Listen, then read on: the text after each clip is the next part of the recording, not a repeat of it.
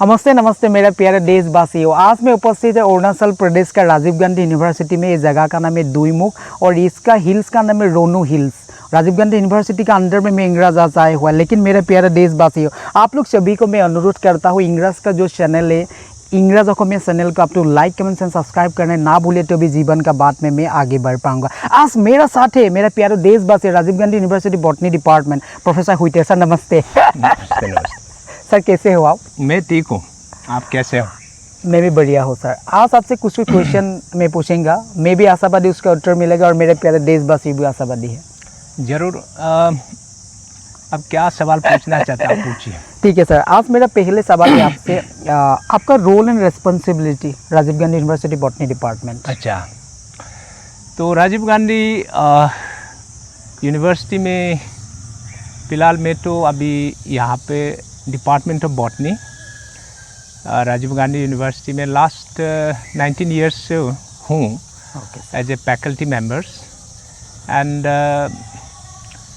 2020 में मेरा प्रोफेसरशिप में प्रमोशन हुआ था, तो तब से लेके वन टाइम एचओडी भी रह चुका हूँ 2017 से लेके 20 का बीच में। Okay sir. तो इस प्रकार इसी बीच में हम लोग ये सब बॉटनिक गार्डन, हार्बल पार्क वगैरह बहुत कुछ हमने किया था।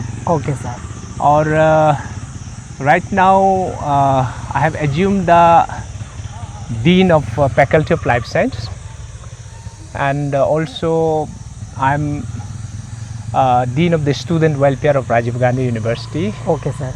तो इस प्रकार there's lots going on and trying to do my। Central university है यहाँ का, जैसे एमएससी पीएचडी के लिए इधर का फीस स्ट्रक्चर कैसे है सर? फी स्ट्रक्चर हमारे यहाँ पे काफ़ी अफोर्डेबल है। Okay sir. वो इतना भी हाई नहीं, और मतलब ऑलमोस्ट वेरी मिनिमम बिकॉज हमारे यहाँ से मेजॉरिटी स्टूडेंट रूरल एरिया से आते हैं। Okay sir. Mostly ST student है। Okay sir. So by virtue of being central university we also accommodate student from all over India. Okay sir. और असम से, पूरा नॉर्थ ईस्ट से, पूरे हिंदुस्तान से यहाँ पे आते हैं। Okay sir. तो फॉर हमारा जो फी स्ट्रक्चर जो है अथॉरिटी जो फिक्स करके रखा है, it is quite nominal. Okay sir. जो अफोर्डेबल एजुकेशन जो कहते हैं। Okay sir. अब it's a private institution, is totally different matter. लेकिन ये अपना सेंट्रल यूनिवर्सिटी में अपना जो सरकार का जो भी गाइडलाइंस है, ओके सर, मतलब holistic education for all. Okay. जो बच्चे गरीब वर्ग के भी हो सकते हैं, कुछ भी कैटेगरीज में आ सकता है। एसटी, एससी, ओबीसी हो सकते हैं, यूआर कैटेगरीज के हो सकते हैं। Then we have economically backward classes also, वो भी अपना ये है। तो आरजू ये सब चीज़ को स्ट्रिक्टली इम्प्लीमेंट करते हैं। हाँ, तो बस वही है। और बाकी तो हमारा एडमिशन प्रोसीजर सब कुछ ऑनलाइन है। ओके तो सब कुछ ऑनलाइन है, ट्रांसपेरेंट है। और सिलेक्शन मेथड तो जैसे मैंने आपको बोला एंट्रेंस का थ्रू से होता है। Exactly sir. मेरा और एक सवाल है आपका, अभी जो न्यू एजुकेशन पॉलिसी आया है कि नहीं, ये न्यू एजुकेशन पॉलिसी में आप क्या क्या बोलने चाहेगा? ये अगर मैं बॉटनी डिपार्टमेंट का बारे में पूछता है तो। नहीं, न्यू एजुकेशन पॉलिसी आया, फिर ये NEP 2020 जो है, yes sir, this is completely focused on Indianness. Yes. तो इंडियन वैल्यू सिस्टम को फोकस करके, अपना लोकल रिसोर्सेस कल्चर को फोकस करके, और अपना सिलेबस करिकुलम में हाईटेक साइंस टेक्नोलॉजी तो वो तो ऑब्वियस रहेगा। लेकिन अपना local culture, biodiversity, ethnicity, then inclusivity. तो भारत एक विविधता का देश है। We have more than 550 the communities. Then तो इस प्रकार का कल्चर, सबका डायलेक्ट तो भिन्न है। तो वो सब को ध्यान में रख के अपना जो NCERT वालों को हायर सेकेंडरी लेवल का जितना जो सिलेबस है, उनको NCERT को तैयार करना होता है। Okay sir. एंड हम लोग कॉलेज यूनिवर्सिटी का जो जितना भी PG और UG सिलेबस है, ओके सर, उसको हमारा बोर्ड ऑफ स्टडीज़ होता है। तो उसका माध्यम से जो अभी NEP 2020 में जो गाइडलाइन आया है, तो हम लोग हर डिपार्टमेंट यूनिवर्सिटी का, तो वो अपना अपना सिलेबस को रिस्ट्रक्चर करके उसमें थ्योरेटिकल डायमेंशन हो, स्किल का हो, और लोकल वैल्यू बेस्ड सिस्टम वगैरह। और अगर हम बॉटनी कहें तो बॉटनी में भी यहाँ का जो पूरा ग्लोबल बॉटनी को तो बच्चों को पढ़ाते हैं वो इम्पोर्टेंट है एक जनरल नॉलेज के लिए। लेकिन यहाँ अपना रीजनल जो बॉटनिकल डाइवर्सिटी है, रिसोर्सेस है, बॉटनिकल रिसोर्सेस है, उनके बारे में हम कितना भरपूर ज्ञान दे सकते हैं तो बच्चा भविष्य में आगे चलकर कि वो इफेक्टिवली माने ये रिसोर्सेस को, अपना नॉलेज को, रिसोर्सेस को कैपिटलाइज करके इकोनॉमिक वेलफेयर के लिए और अपना लाइवलीहुड यहाँ का डेवलपमेंट के लिए, रीजनल डेवलपमेंट, इकोनॉमिक डेवलपमेंट के लिए उसको कितना आगे तक लेके जा सकता है। तो अपने सिलेबस में भी हम लोग वही अभी उसको रिस्ट्रक्चर कर रहे हैं। सर मेरा और एक क्वेश्चन है, जो लोग बॉटनी पढ़ता है, जैसे एमएससी पीएचडी हो गया, बॉटनी का स्कोप कैसा है, उसका करियर अपॉर्चुनिटी क्या है? बॉटनी को बहुत लोग एक्चुअली नहीं जानते हैं और बॉटनी को बहुत लोग ऐसे फॉरेस्ट्री सोच लेते हैं। Forestry science is entirely A management science, वो एक मैनेजमेंट साइंस है। लेकिन बॉटनी एक फंडामेंटल बायोलॉजिकल साइंस है जो कि इसमें खास करके साइंस बहुत ज़्यादा डील करता है। थ्योरी है जैसे कि आपका प्लांट फिजियोलॉजी हो गया, बायोकेमिस्ट्री हो गया, मोलिकुलर बायोलॉजी हो गया, वो सब प्लांट मोलिकुलर बायोलॉजी, तो उसमें मैक्सिमम साइंस रहता है। देन वी हैव बेसिक जो कोर फंडामेंटल क्लासिकल बॉटनी कहते हैं, तो उसमें आपका प्लांट टैक्सोनॉमी आता है।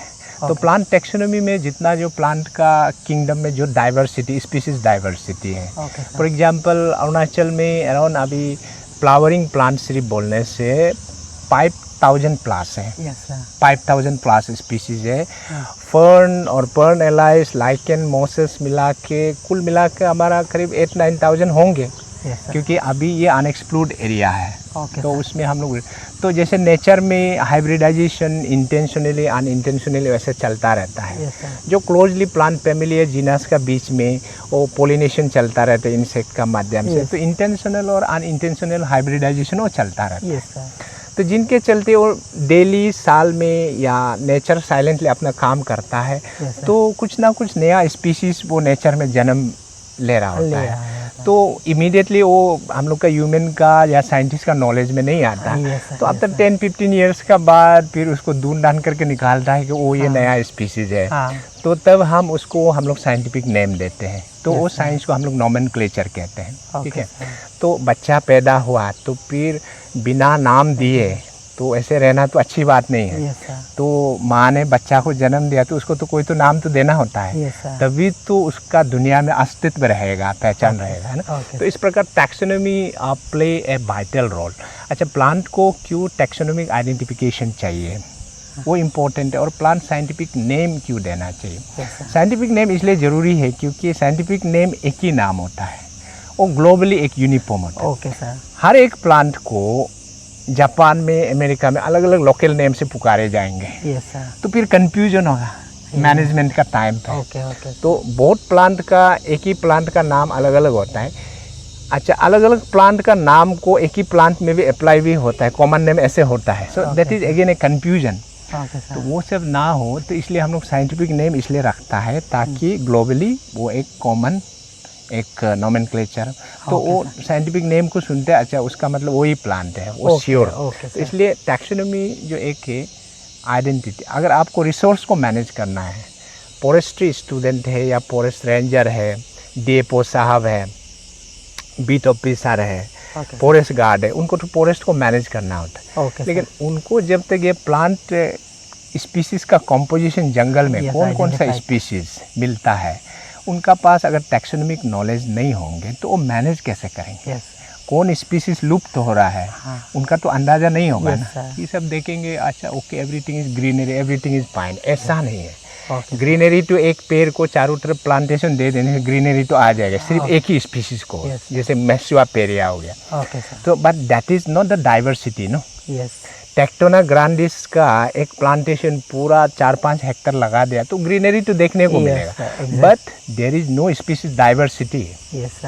तो अगर वो बीमार आया तो फिर वो टेक्टोना अचानक गायब हो गया तो फॉरेस्ट भी गायब। तो इसलिए फॉरेस्ट में स्पीसीज डाइवर्सिटी होना बहुत जरूरी है। तो इसलिए टैक्सोनॉमिक नॉलेज जिसका है तो different species we can introduce, Yes, sir. we can cultivate, we Yes, can sir. regenerate the forest. Yes, no? sir. तो ये forest में एक अच्छा एक horticulture science में एग्री हॉर्टिकल्चर साइंस में ये सब तो कल्टिवेटेड प्लांट का साथ लेन देन होता है।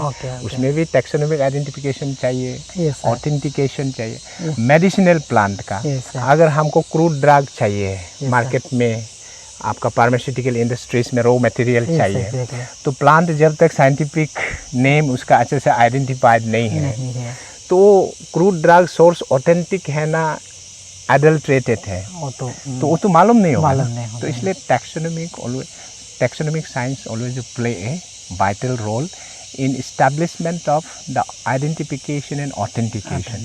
तो इसलिए एकदम ये फंडामेंटल उसको क्लासिकल साइंस बोलते हैं बॉटनी का। तो उसका बाद फिर मॉडर्न जो मॉलिक्यूलर बायोलॉजी, फिजियोलॉजी, बायोकेमिस्ट्री वो सब। उसमें कितना मेडिसिनल प्लांट है टोटल, और ये मेडिसिनल प्लांट का बारे में आप देशवासियों को क्या बोलने चाहोगे? अरुणाचल को हम लोग store house of medicinal plant कहा जाता है। और यहाँ पे सिर्फ अगर हम स्टैटिस्टिक्स का बात करेंगे तो since research is still on going, 1985 का डॉक्टर के हरिदासन जो स्टेट फॉरेस्ट डिपार्टमेंट में और मेरा गुरु था, उन्होंने वो काम किया। तो उस समय का जो रिपोर्ट बताता है कि यहाँ पे 500 प्लस स्पीसीज है। तो तब से लेके आज 2024 है, तो उस बीच में काफ़ी रिसर्च पेपर पब्लिश हुआ है। अगर हम उसको स्टैटिस्टिकल अकाउंट जब लेना शुरू करेंगे तो number will be crossing more than 2000। 2000। In fact अगर हम प्लांट को अच्छा से इन्वेस्टिगेट करेगा फाइटोकेमिकल लेवल में, तो every plant has got the medicinal properties. अब जब जिस दिन आप जान जाएंगे कि ये भी मेडिसिनल है, वो भी मेडिसिनल है, तो फिर आप जंगल में जाके क्या करेंगे, इधर उधर बच्चों को भी वहाँ जाता बाथरूम मत करना। So that ethics the sensitivity will come. तो यहाँ पे एक्चुअली एल्टीट्यूड अरुणाचल का स्पेशलिटी वही है कि एल्टीट्यूडिनल जो ग्रेडियंट है अपना यहाँ 100 से लेके अप टू 4500 मीटर तक, अल्पाइन मतलब जहाँ बर्फ गिरता है वहाँ तक।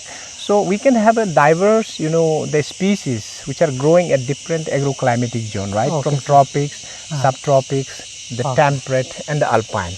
आप सोचो डाइवर्सिटी कितना होगा। So the richness and representativeness that you can see through the medicinal plant which are in Arunachal Pradesh. तो एल्टीट्यूड को देख के आप इमेजिन करके अंदाजा लगा सकते हैं कि how much diversity we have in north east India. Botany department में मतलब बहुत सारा लैब भी है, आप लोग ऑनगोइंग रिसर्च का काम चल रहा है, उसका बारे में थोड़ा मतलब बताइए ना। अपना यहाँ पे हम लोग एवरी फैकल्टी वो एक रिसर्चर है, जो खास करके जो पीजी डिपार्टमेंट होता है, मतलब पोस्ट ग्रेजुएट डिपार्टमेंट, तो जो भी डिपार्टमेंट वो एक रिसर्चर है इसमें। वो हर एक का अपना, जैसे कि मेरा अपना लैब है। The name of my lab is plant systematics and ethnobotanical research laboratory. तो यहाँ अपना मेरा 3 कंपोनेंट एक साथ चलता है। एक तो हो गया प्लांट टैक्सोनॉमी, जो कि plant survey and taxonomic identification and documentation, herbarium science, ये सब होता है। और दूसरा मेरा कंपोनेंट है एथनोबॉटनिकल एस्पेक्ट। एथनोबॉटनिकल साइंस में खास करके जितना जो यहाँ का जो प्लांट डाइवर्सिटी है नॉर्थ ईस्ट में और अरुणाचल में, जो कि ट्रेडिशनली जो यूजफुल है, जो लोकल कम्युनिटीज़ लोग उसको अपना लाइवलीहुड को इम्प्रूव करने के लिए food, medicinal, cultural materials, rituals, housings वगैरह में। तो देन वी हैव 28 जो ट्राइब्स अरुणाचल में है। तो इनकी जो ज्ञान और विविधता है, गरिमा अलग अलग है। तो वो सब को एक एक अगर ट्राइब्स का ऊपर हम फोकस करके काम करता है, तो अभी हमारे कम से कम 4-5 स्टूडेंट एथनोबॉटनी में 3 जैसा PhD स्कॉलर निकला हुआ है, और सिस्टमेटिक बॉटनी में 2 निकला हुआ है। तो इस प्रकार तो यहाँ स्कोप इसलिए बहुत ज़्यादा है क्योंकि एथनोबॉटनी में, क्योंकि ट्राइबल कल्चरल डाइवर्सिटी बहुत ज़्यादा है। तो एथनोबॉटनी में हम कल्चरल डाइवर्सिटी का ऊपर, उसका cultural uses of the plant, उसका ऊपर हम फोकस करते हैं। अच्छा, तीसरा कंपोनेंट हमारा लैब में जो काम चलता है फार्माकोग्नोसी। Yes sir. तो फार्माकोग्नोसी में खास करके जो मेडिसिनल प्लांट डाइवर्सिटी को लेके और उनका क्रूड ड्रग्स जो है डिफरेंट एलिमेंट का अगेंस्ट में उसको अपना लैब में ऑथेंटिकेट करना, साइंटिफिक स्टडीज़ वगैरह करना, जैसे कि मॉर्फोलॉजिकल स्टडीज़ हो गया, फाइटोकेमिस्ट्री हो गया, then isolation of the active compound, तो ये सब वगैरह अपना लैब में होता है। Okay sir. तो अभी तक मेरा अपना लैब से खास करके मैं आपको सिस्टमेटिक बॉटनी का बारे में पहले बताना चाहूँगा। We have reported and published so far 13 new species okay sir to the science. Okay sir. So we have gifted 13 new species to yes, the sir. science. Yes sir. Especially मेरा एक scholar था, एक अतेक नांकर, उन्होंने एरोइड flora का ऊपर में काम किया, जैसे कोसू बोलता है। okay sir. एरेसी फैमिली का है, एंड उसमें हम लोग 3-4 न्यू स्पीसीज ढूंढ के निकला। okay sir. और 58 जैसा जो पूरा अरुणाचल में जो टेक्सा जो स्पीसीज पाया जाता है, तो एक थीसिस का रूप में आया। देन मेरा एक दूसरा एक टैक्सोनॉमिस्ट एक स्टूडेंट था, तो उसका नाम है मोमंग ताराम। तो उन्होंने जेसनेरियसी प्लांट का ऊपर में काम किया, एक फैमिली का ऊपर में, तो उसमें से उन्होंने around 8-9 new species and more than 10 to 12 new record for India, तो new record for the world. तो इस प्रकार इनकी भी कंट्रीब्यूशन काफ़ी अच्छा था, अच्छी थी, और बाकी अभी और ऑनगोइंग है अपना जो।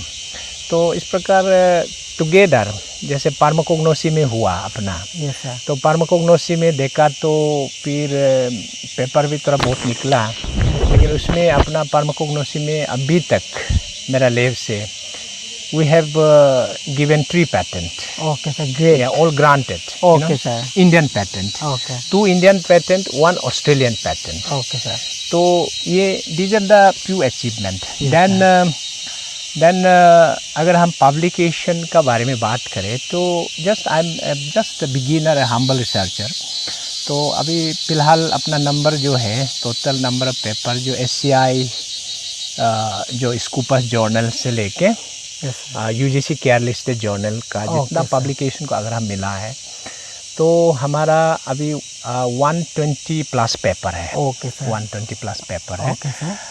और बुक अभी फ़िलहाल पाइपलाइन में है। एंड सो इस प्रकार अपना तरफ से जो हम्बल जो कंट्रीब्यूशन जितना जो दे सकता था। So one more thing I would like to tell, तो हम लोग जो एज PG टीचर, हम लोग जो क्लास में बच्चों को सिलेबस बेस्ड तो पढ़ाते ही हैं, but we preach what we practice. हम लोग जो लैब में जो स्किल बेस्ड जो भी प्रैक्टिस करता है, हम स्टूडेंट को उसी को हम लोग मैक्सिमम प्रीच करते हैं। और वैसे UGC का रिकमेंडेड सिलेबस तो वो तो है ही, उनको तो पढ़ाना ही है, क्योंकि उनको नेट स्लेट एग्जाम क्लियर करना है। तो पर जो अपना लैब से और जंगल में जाके जो भी एक्सप्लोरेशन करके जो न्यू इनोवेटिव नॉलेज आइडियाज़ वगैरह जो होता है, तो उसको हम लोग रेगुलरली अपना स्टूडेंट को उनको हम अपना अचीवमेंट को भी अपडेट देते हैं, ताकि उनका इंस्पायर हो। और नॉलेज एक लैब का रिसर्च और फील्ड जब दोनों कंबाइन होता है, तो एक नया एक कुछ ना कुछ जन्म लेता है। नॉलेज इज सच दैट कि इनोवेशन अगर वह नॉलेज में कुछ एडिशन ना हो, तो स्टैटिक नॉलेज इतना काम का नहीं होता।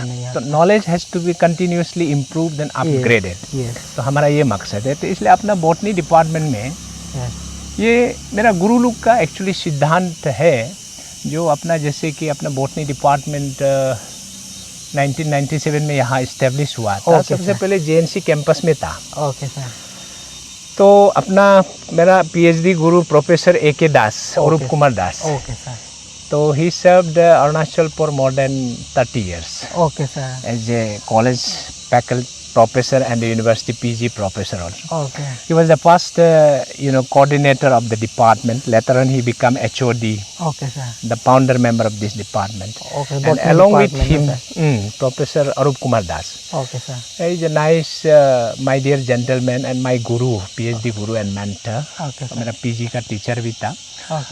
और सर तो अभी रिटायर्ड होके अभी गुवाहाटी में Okay, sir. अपना फैमिली के साथ हैं और still he is very active. Yes, sir. Arup Kumar sir, I know very well him. You know ना? Yes, sir. Very nice gentleman और मेरा Yes, yes. पिता समान है। हाँ हाँ और पिता समान नहीं पिता एंड इनके साथ जो कलीग जो लोग थे काफ़ी यंग था। Yes, जैसे कि मैं एक अभी आपको बता दें, प्रोफेसर पद्मनाभ द्विवेदी हो गया और कैम्ब्रिज रिटर्न है, जो ब्रिलियंट फैकल्टी है, one of them. Now he is at the Banaras Hindu university institute of agricultural science का HOD है। Okay, sir. Then professor SP Shukla, Yes, sir. he was an algologist. Okay, sir. And Professor AK Shukla, he was a microbiologist. Okay, sir. And Professor RK Singh, still he's recently he मैंने अपना HOD tenure उसका खत्म हो गया sir का भी। Okay, okay, okay. And he happened to be 2-time HOD of our department. Okay, sir. And 1-time dean of faculty of life science Okay, sir. also. तो ये अपना प्रोफेसर राजीव कुमार सिंह भी मेरा अपना टीचर है। Okay, and he is also very my dear type person Yes, sir. And very good teacher. Okay, बहुत sir. अच्छा teacher है। Then professor S RK Singh और प्रोफेसर AK मिश्रा Okay, और sir. एक मेरा PG टीचर था। Now he is the professor at department of botany Banaras Hindu university Okay, sir. and still we are keeping in touch with. Okay, sir. And Okay, I still keep. So I remember those the legacy, Yes, sir, the exactly. knowledge system that which my teacher have transferred to us, and particularly to me, that their inspiration, उन लोगों का जो motivation जो है मेरे ऊपर impact जो है Yes, sir. मैं अभी भी feel कर सकता हूँ। Okay, sir. तो Okay, sir. मैंने उनका जो गुरु मंत्र जो कहता है, गुरु तो देखने में बहुत साधारण होता है। Okay, sir. लेकिन उनका जो एक एक वचन शब्द होता है वो शिष्य का See, yes, वो sir. मस्तक में बैठ जाता है। Okay, sir. वो Okay. आगे चल के वही गुरु वचन जो होता है Yes, sir. तो वो आशीर्वाद का रूप काम करता है। Yes, sir. Exactly. तो आगे चल के आज अपना RGU का बॉटनी डिपार्टमेंट हम लोग इस स्तर तक पहुंचा। Yes, sir. So Exactly. We are one of the leading department botany department Yes, sir. Of entire India. Okay, sir.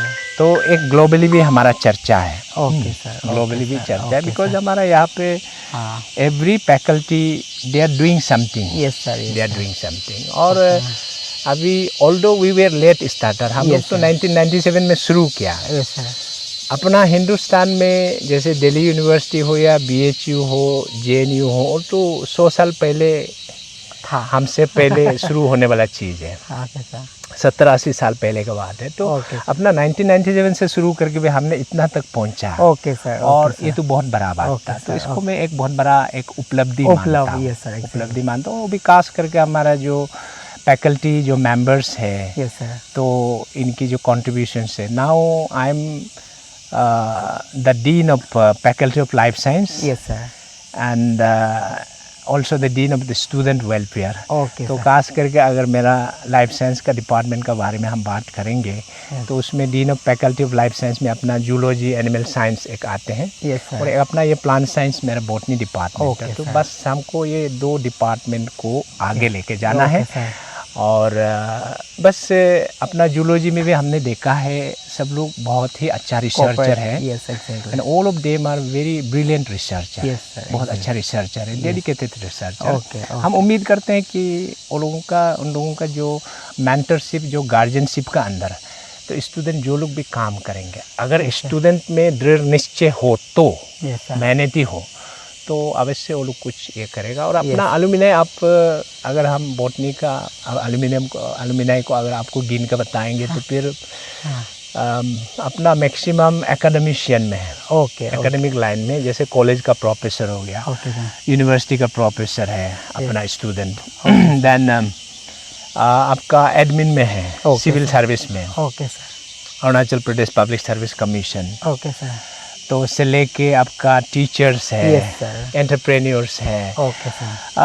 अपना यहाँ से जो भी निकला वो कभी अनएम्प्लॉयड नहीं होना। तो मैंने सड़क में भटकते हुए मैंने नहीं देखा। नहीं देखा। तो रादर इनका जो डिमांड जो है Yes, sir. क्योंकि we produce very few, Yes. लेकिन हमारा फोकस जो है वो क्वालिटी पे है, क्वालिटी पे, क्वांटिटी पे क्वांटिटी नहीं, पे बल्कि नहीं। क्वालिटी पे। क्वालिटी में। तो हमारा आने वाला दिनों में भी आगे का यात्रा जब हम तय करेंगे तो उसमें भी हमारा कोशिश अपना फैकल्टीज लोग का वही रहेगा कि हम लोग क्वालिटी पे फोकस करना, नॉट द क्वांटिटी देंगे। यस और क्वांटिटी पे नहीं लेकिन क्वालिटी पे हम फोकस ज़्यादा देंगे और बस देते रहेंगे। मेरा बस प्यारे इसी के साथ। देशवासियों, आज हम लोग का अनुष्ठान यहाँ पे समाप्त हुआ। आने का दिन में मैं इंग्रज फिर से आऊँगा नया नया ऐसे ब्लॉग लेके। पर इंग्रज का जो चैनल है उसको लाइक कमेंट शेयर सब्सक्राइब करना ना भूलिए। डॉक्टर हुईटेक सर, प्रोफेसर सर को आप लोग आशीर्वाद दीजिए। सर अभी इतना अच्छा काम कर रहा है हमारा समाज के लिए, हमारा सोसाइटी के लिए। सर और आगे बढ़ जाए और हमारा जो समाज का नाम रोशन करे। सर आप देशवासियों को कुछ बोलना चाहेगा? मेरा देशवासियों से यही आप लोग से अनुरोध है कि आपको अगर बच्चा डॉक्टर इंजीनियर बोल के तो वो सिर्फ करियर नहीं होता। There are so many career option और लाइफ साइंस में अगर करियर ऑप्शन अगर देखा जाए तो बॉटनिकल साइंस से और बेहतर कोई करियर ऑप्शन हो ही नहीं सकता। तो आप अपना बच्चों को एनकरेज कीजिए कि बॉटनी पढ़े और आगे चल के बॉटनिस्ट बने, बहुत अच्छा बॉटनिस्ट, और ग्लोबली वो कंट्रीब्यूट करे, बहुत अच्छा साइंटिस्ट या प्रोफेसर बने। ओके, तो thank you very much. Okay sir, धन्यवाद।